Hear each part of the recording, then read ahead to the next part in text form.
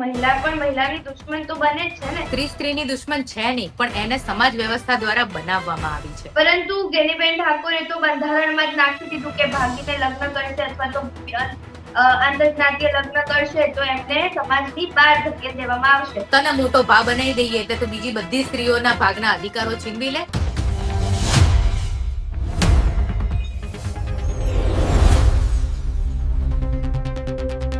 મિતાલીબેન, જો વાત કરવામાં આવે તો ક્યાંક ને ક્યાંક મહિલા પણ મહિલાની દુશ્મન તો બને જ છે ને। આપણે જોઈએ કે જે કોંગ્રેસના સાંસદ છે ગેનીબેન ઠાકોર, તેમના દ્વારા છોકરીઓને માટે લડવાનું હોય, મહિલાઓ માટે લડવાનું હોય કે અગર બાર લગ્ન કરે છે, બીજી જ્ઞાતિમાં લગ્ન કરે છે તો એમનો સાથ આપવાનો હોય। પરંતુ ગેનીબેન ઠાકોરે તો બંધારણમાં જ નાખી દીધું કે ભાગીને લગ્ન કરશે અથવા તો આંતરજ્ઞાતીય લગ્ન કરશે તો એમને સમાજની બહાર ધકેલી દેવામાં આવશે। તો અહીંયા એવું નથી લાગી રહ્યું કે સ્ત્રી જ એક સ્ત્રીની દુશ્મન બની ગઈ છે? એવું લાગે ખરું નિધિબેન, પણ એની પાછળ હું એવું સમજુ છું કે સ્ત્રી સ્ત્રીની દુશ્મન છે નહીં, પણ એને સમાજ વ્યવસ્થા દ્વારા બનાવવામાં આવી છે।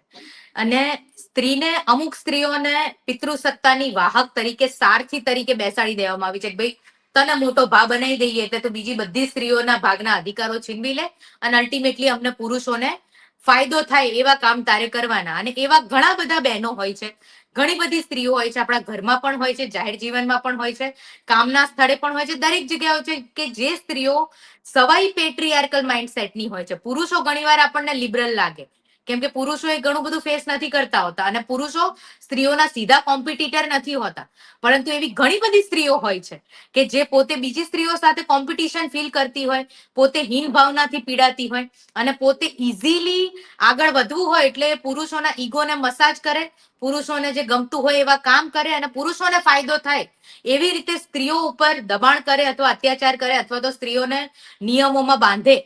એના લીધે એ પોતે મોટી થાય અને બીજી સ્ત્રીઓનું જીવવું દુષ્કર થતું જાય, આવી ઢગલો સ્ત્રીઓ હોય છે। એટલે આપણે જયારે આવી રીતે લડાઈ કરવા નીકળીએ ત્યારે આપણે પુરુષો સાથે તો લડવાનું જ હોય છે નિધિબેન, પણ એના કરતા ક્યાંય વધારે આવી જે સંકુચિત માનસિકતાની, પિતૃસત્તાનું બ્રેઇન વોશ થયેલી સ્ત્રીઓ હોય છે ને એમની સાથે પણ આપણે લડવાનું હોય છે અને એ બહુ વધારે અઘરું છે।